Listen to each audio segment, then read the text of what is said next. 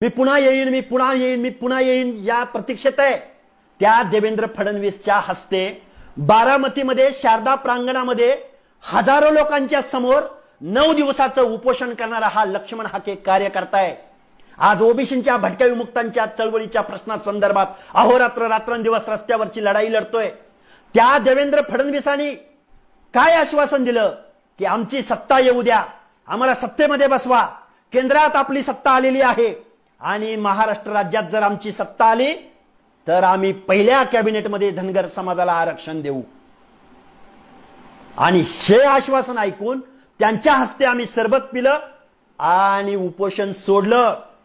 माननीय देवेंद्रजी फडणवीस, तुम्ही अनेक आंदोलनामध्ये अनेक धनगर समाजाच्या मेळाव्यामध्ये तुम्ही कायम सांगितलं की आम्ही धनगर समाजामुळे सत्तेवरती आलो। त्या धनगर समाजाच्या प्रश्नावरती तुम्ही केलं काय? तुम्ही टीस नावाची संस्था स्थापन केली, टीस, Tata institute of social sciences, आणि 5 वर्षे टाइमपास केला।